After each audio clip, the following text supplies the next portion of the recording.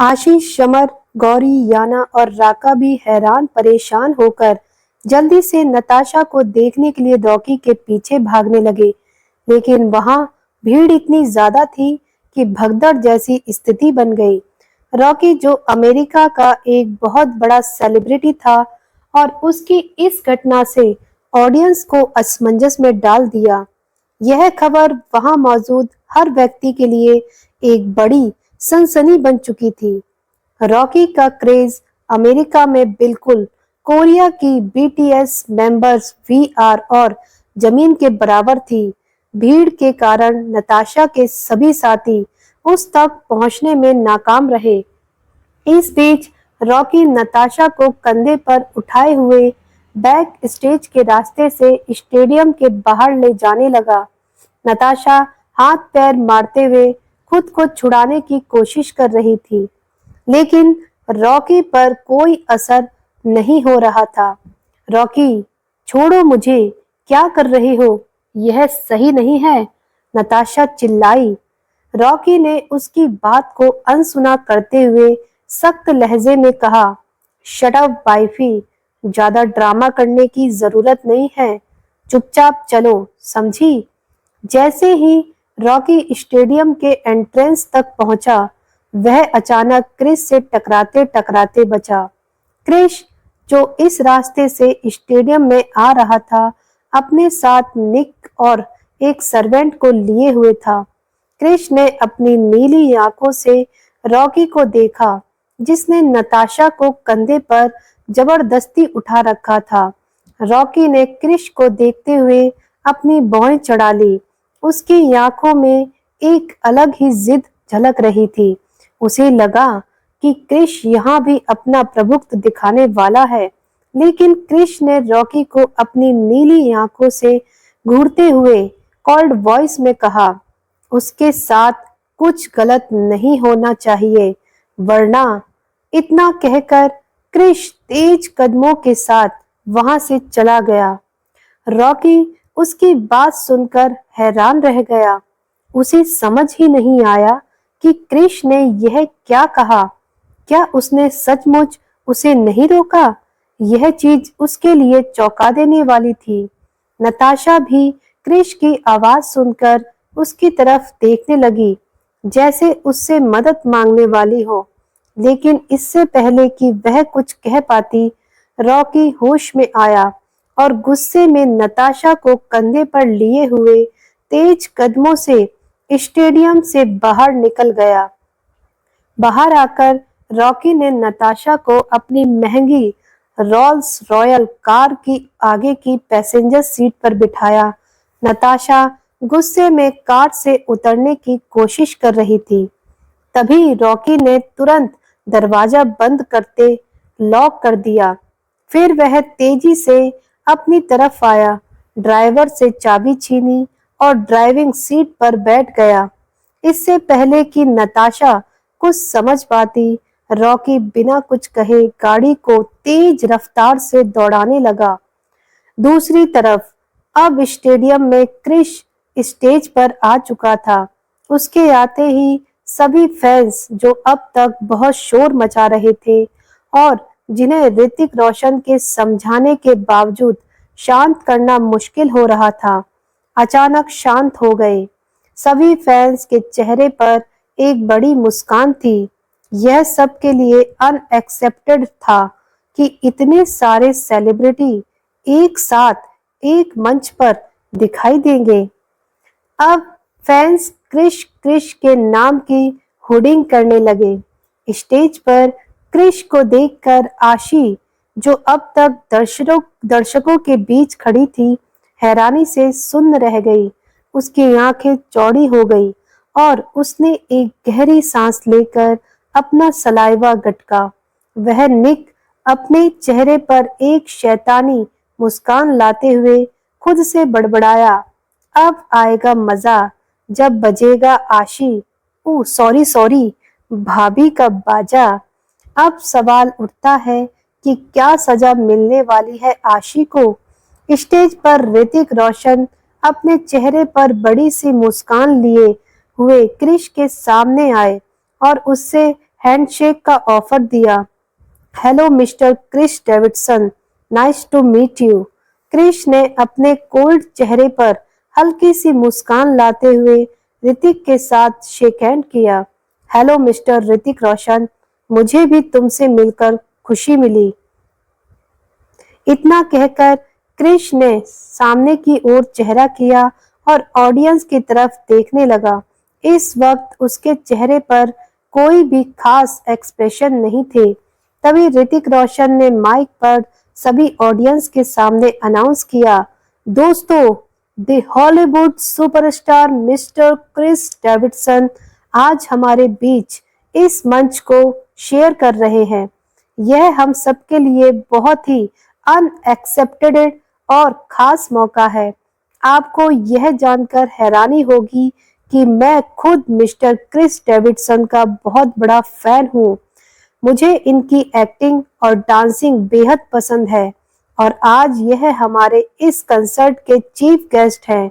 यह हम सबके लिए बहुत बड़ा सम्मान है, तो जोरदार तालियों से स्वागत कीजिए मिस्टर क्रिस डेविडसन का। ऋतिक की बात सुनते ही सभी फैंस जो अब तक शांत होकर क्रिश को अपने दिल थाम कर देख रहे थे, जोरदार तालियां बजाने लगे। स्टेज का माहौल गूंज उठा। आशी, जो अब तक स्तंभ थी, पहली बार क्रिश का इतना क्रेज देखकर हैरान थी, खासकर यह जानकर कि ऋतिक रोशन खुद क्रिश के फैन हैं। इस बीच क्रिश भीड़ के बीच आशी को देखते हुए फैंस को थैंक यू कहते हुए कुछ लाइंस बोलता है, लेकिन क्रिश के चेहरे के एक्सप्रेशन देखकर आशी घबरा रही थी। उसे लग रहा था कि वह क्रिश से पूछे बिना यहाँ आई है और शायद अब उसकी बैंड बज सकती है। समर, राका, गौरी और याना जो स्टेडियम एरिया में थे, जो स्टेज के बिल्कुल पास था, क्रिश को अचानक वहां देखकर हैरान थे। स्टेज पर क्रिश की बात खत्म होने के बाद ऋतिक रोशन ने मुस्कुराते हुए उनसे कहा, मिस्टर क्रिस डेविडसन, मैंने सुना है कि आपको हिंदी भी बहुत अच्छी आती है। क्या आप मेरे साथ हिंदी में कुछ डायलॉग बोलेंगे? क्रिश ने हाँ की मुस्कान के साथ सिर हिलाया। ऋतिक ने अपनी एक फिल्म का डायलॉग पेश किया और कहा, प्लीज मेरे साथ इन लाइन को दोहराइए। अक्सर दिखाई नहीं देता पर सामने जरूर होता है सर। हर खुदकुशी करने वाले का कातिल जरूर होता है सर। क्रिश ने ऋतिक की लाइन को दोहराते हुए परफेक्ट एक्सप्रेशन के साथ डायलॉग बोला, जिससे ऑडियंस तालियां और हुडिंग के से गूंज उठी। ऋतिक रोशन के इस डायलॉग को सुनकर क्रिश ने बड़े ही आराम से आशी की बाकी सभी फैंस को देखते हुए डायलॉग को साफ और स्पष्ट हिंदी में कहा। क्रिश की परफेक्ट डिलीवरी सुनकर सभी फैंस खुशी से झूम उठे, यहाँ तक कि ऋतिक रोशन भी पूरी तरह हैरान रह गए। एक बार फिर से फैंस क्रिश के नाम की वोटिंग करने लगे। तभी ऋतिक ने जिज्ञासापूर्ण स्वर में क्रिश से पूछा, सो मिस्टर क्रिस डेविडसन, आपको तो मालूम ही होगा कि यह लाइव ब्रॉडकास्ट हो रहा है और अभी अभी the famous Rockstar Rocky Davidson अपनी वाइफ के साथ एक बेहतरीन परफॉर्मेंस देकर गए हैं।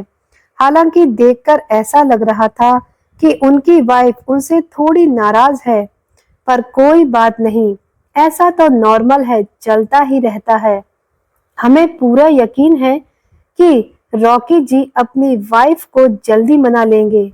वैसे यह बात हमारे लिए काफी शॉकिंग थी क्योंकि रॉकी जी ने कभी ये अनाउंसमेंट नहीं किया था कि वह शादीशुदा हैं, और यह बात तो सब जानते हैं कि वह आपके भाई हैं। तो हम सब यह जानना चाहते हैं, मेरा मतलब है कि पब्लिक यह जानना चाहती है कि क्या आपकी लाइफ में भी कोई स्पेशल वन है? आई मीन आपकी गर्लफ्रेंड या वाइफ। क्या आपने भी अपने फैन से कुछ सिगरेट छुपा रखा है? प्लीज हमें बताइए, क्या कोई ऐसी है जिसे मनाने के लिए आप उसके आगे पीछे घूमते हैं? ऋतिक रोशन की बात सुनकर सभी फैंस उत्सुकता से क्रिश की ओर देखने लगे। यहाँ तक कि आशी के कान भी खड़े हो गए, क्योंकि वह भी जानना चाहती थी कि क्या क्रिश अपनी शादी की बात सामने लाएगा। हालांकि उसे इसकी उम्मीद बिल्कुल नहीं थी। तभी क्रिश ने एक नजर आशी को देखा और फिर सभी फैंस की तरफ देखकर शांत लेकिन गहरी आवाज में कहा, जी हाँ बिल्कुल, मेरी लाइफ में भी एक ऐसी लड़की है। मैं उसके आगे पीछे घूमता हूँ। जिसके होने न होने से मुझे फर्क पड़ता है, वह मेरे ही लिए बहुत महत्वपूर्ण है और वह कोई और नहीं, मेरी वाइफ है। क्रिश की इन बातों के साथ ही उसकी आंखों में एक अनोखा भाव था जिसे सभी फैंस को चौंका दिया। पूरे ऑडिटोरियम में सन्नाटा छा गया। यह खबर किसी के लिए भी विश्वास करने लायक नहीं थी। आज पब्लिक पर दो बड़े बम गिर चुके थे। पहले रॉकी की शादी की घोषणा और दूसरा क्रिश का यह कबूलनामा। कई फैन लड़कियों रोने लगी। तभी अचानक भीड़ से जोर जोर से आवाज आने लगी, यह झूठ है, यह झूठ है। क्रिश डेविडसन, प्लीज कह दो यह झूठ है। आप हमारे क्रिश हो, ऐसा नहीं हो सकता। पहले रॉकी डेविडसन और अब आप, प्लीज ऐसा मत कहो। पब्लिक का शोर बढ़ता ही जा रहा था। तभी क्रिश ने माइक अपने हाथ में लिया और सभी की तरफ देखते हुए शांत लेकिन दृढ़ आवाज में बोला, मैं जानता हूं दोस्तों कि आप लोग यह खबर सुनकर खुश नहीं हैं, आपको हर्ट हुआ है, लेकिन यह सच है, मैं शादीशुदा हूं। यह कोई शॉकिंग न्यूज़ नहीं है। हर किसी की लाइफ में कोई ना कोई पार्टनर जरूर होता है।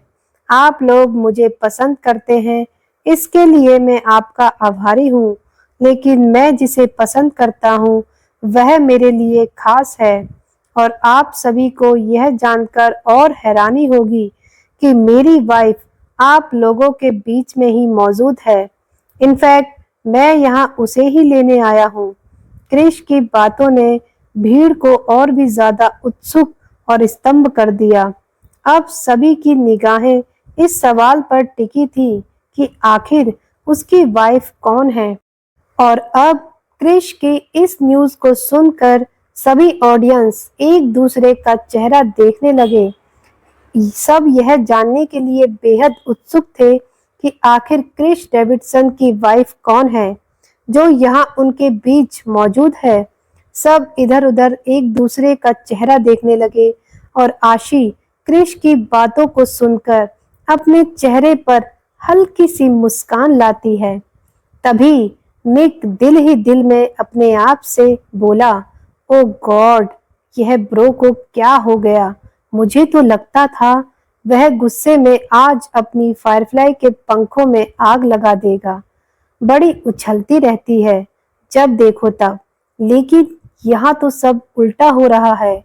यह हमेशा ब्रो से बच कैसे जाती है। इसकी किस्मत बहुत अच्छी है। निक अभी अपनी सोच में खोया था कि तभी क्रिश ने सभी ऑडियंस की तरफ देखते हुए आशी को आवाज दी, firefly come join me on stage. और ऐसा कहते हुए क्रिश की नजरें आशी पर टिकी हुई थी। तभी समर हैरान होते हुए आशी से बोला, आशी यह क्या हो रहा है। तेरा साइको तुझे स्टेज पर ज्वाइन करने के लिए बुला रहा है।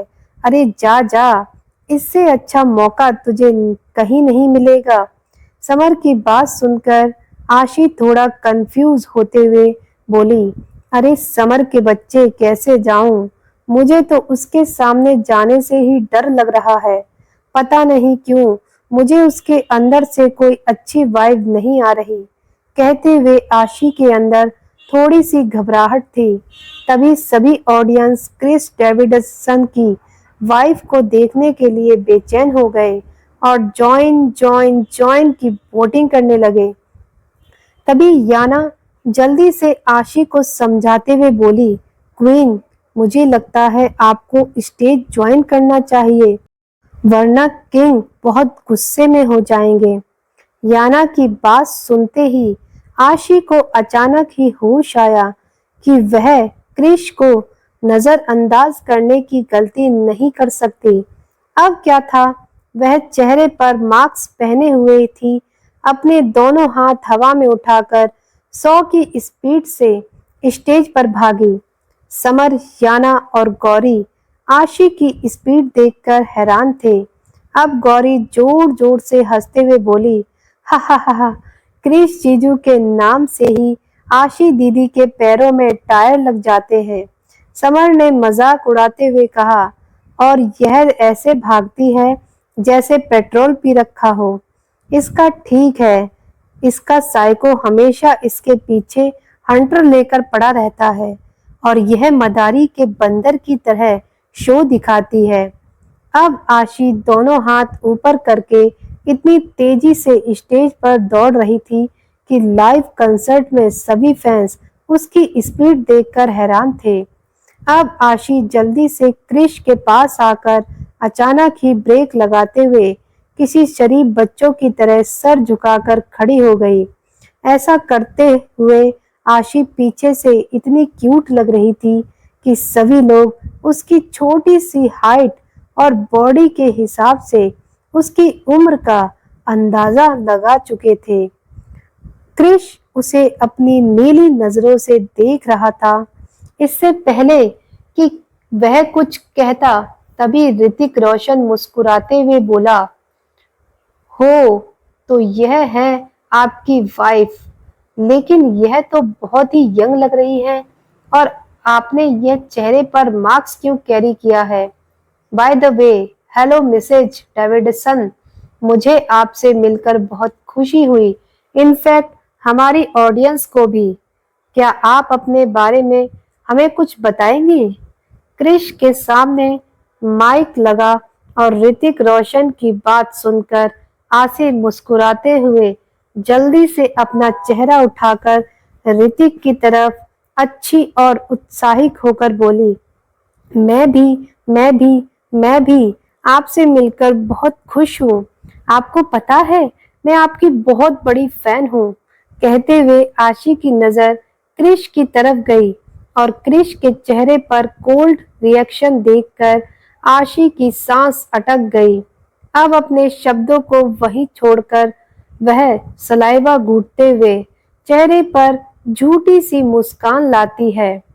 मैं फैन हूँ बस छोटी सी, और इतना कहकर आशी क्रिश के पीछे छुपने लगी। आशी की इतनी क्यूट हरकतें देखकर ऋतिक रोशन मुस्कुराते हुए बोले, Mr Chris Davidson, Mrs Davidson काफी क्यूट है, क्या आप हमें इनके बारे में कुछ बताएंगे? और इन्होंने यह मास्क क्यों लगाया है?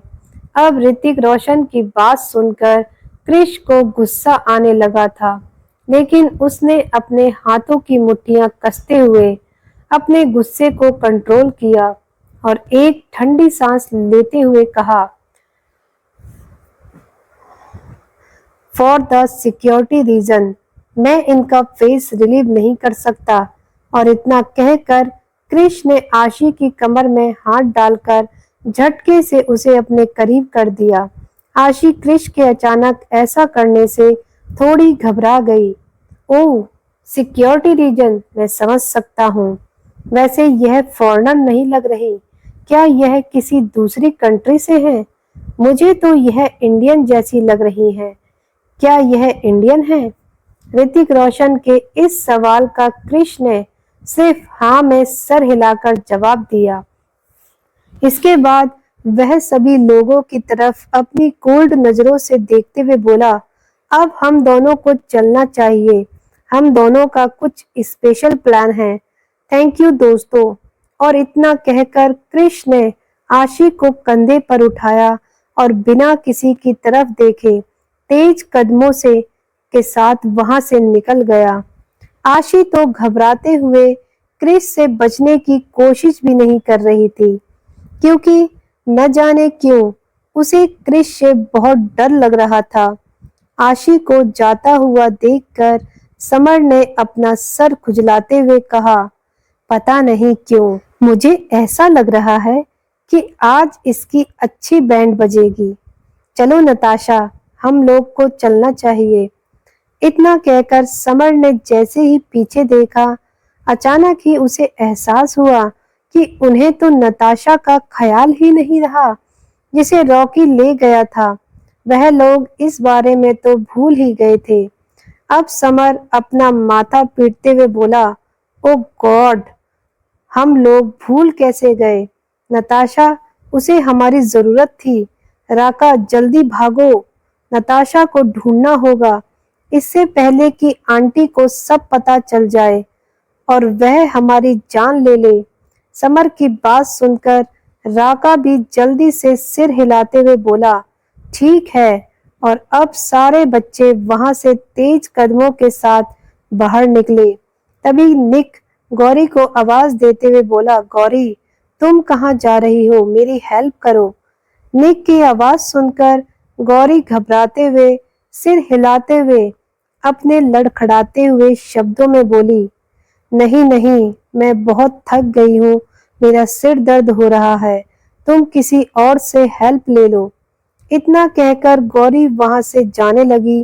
तभी निक ने गुस्से से दांत पीसते हुए कहा, गौरी, कोई ड्रामा नहीं, मैंने कहा मेरी हेल्प करो, वरना मुझसे बुरा कोई नहीं होगा। गौरी को रहने दो, अगर उसका सिर दर्द हो रहा है तो मैं हेल्प कर देती हूँ आपकी। याना की बात सुनकर निक ने उसे अपनी कोल्ड नजरों से देखते हुए कहा, कोई जरूरत नहीं है, जिसे हेल्प करने के लिए कहा है वही करेगा, तुम जाओ, अपना काम करो। निक की ठंडी आवाज सुनकर याना उसे देखती रह गई। अब वह कुछ नहीं कह सकती थी और चुपचाप जाकर गाड़ी में पीछे की तरफ बैठने लगी। तभी निक ने उसे आवाज देते हुए कहा, इस गाड़ी में नहीं, यह मेरे लिए हाली कस्टमाइज गाड़ी है, इसमें स्पेस नहीं है, तुम पीछे वाली गाड़ी में आ जाओ।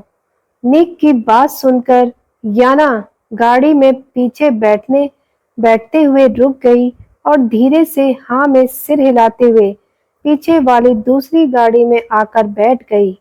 अब निक ने गौरी की तरफ अपनी नीली नजरों से घूरते हुए कहा, मेरी हेल्प करोगी या रात भर यहीं खड़े रहने का इरादा है? निक की गुस्से भरी आवाज सुनकर ना चाहते हुए भी गौरी को खुद उसकी हेल्प करनी पड़ी। अब निक को गाड़ी में बैठाने के बाद जैसे ही गौरी वहां से जाने की हुई, तभी निक ने अगले ही पल अचानक ही गौरी का हाथ पकड़ा और इससे पहले कि गौरी कुछ समझ पाती, निक ने झटके से उसे अपनी गाड़ी में खींच लिया। यह सब इतना जल्दी हुआ कि गौरी हैरान रह गई। उसकी आंखें हैरानी से बड़ी हो गई थी और इससे पहले कि वह कुछ कह पाती, निक ने तुरंत गाड़ी का दरवाजा बंद करते हुए ड्राइवर से कमान दी, गाड़ी चलाओ। निक के आदेश को सुनते ही ड्राइवर ने गाड़ी स्टार्ट कर दी और गौरी हैरानी से अब तक निक को देख रही थी। अब उसे बहुत घबराहट हो रही थी। वह डर के मारे दरवाजे से चिपक कर बैठी हुई थी और निक उसे अपनी नीली नजरों से घूर रहा था। वहीं दूसरी तरफ याना दूसरी गाड़ी में चली गई, क्योंकि राका और समर नताशा के गले में पहने हुए ट्रैकिंग डिवाइस के जरिए उसे ट्रैक करने की कोशिश कर रहे थे। हालांकि फिलहाल वह डिवाइस ट्रैक नहीं हो रहा था, फिर भी वह लोग अपनी तरफ से कोशिश कर रहे थे। और वहीं दूसरी तरफ आशी और क्रिश का लाइव ब्रॉडकास्ट इस वक्त टीवी पर चल रहा था और उसे देखते हुए एक इंसान गुस्से से चिल्लाते हुए अपने घर के में पूरी तरह तोड़फोड़ कर रहा था और यह इंसान कोई और नहीं बल्कि युवान खन्ना था, जिसने मार्क्स के पीछे छुपी हुई आशी को पहचान लिया था। अब वह गुस्से से चिल्लाते हुए कह रहा था, नहीं नहीं, ऐसा नहीं हो सकता क्यूटी, तुम किसी और से शादी नहीं कर सकती, तुम मेरी हो, सिर्फ मेरी, तुम किसी और की नहीं हो सकती। मैं तुम्हें न जाने कब से ढूंढ रहा हूँ और फाइनली अब तुम मुझे मिल चुकी हो।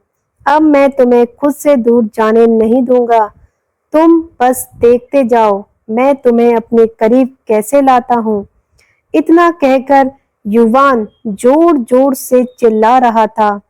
तो दोस्तों, मुझे पता है आप लोग देखना चाहते हैं कि क्रिश आशी को क्या सजा देगा, रॉकी नताशा को कहाँ ले गया और निक ने गौरी के साथ ऐसा क्या किया कि गौरी डर रही है। तो इन सभी सवालों का जवाब आपको अगली वीडियो में, अगले एपिसोड में मिलेगा। दोस्तों, अभी युवान खन्ना की एंट्री हो रही है, तो अगले एपिसोड में और मजे आने वाले हैं। मिलते हैं अगले वीडियो में अगले एपिसोड के साथ।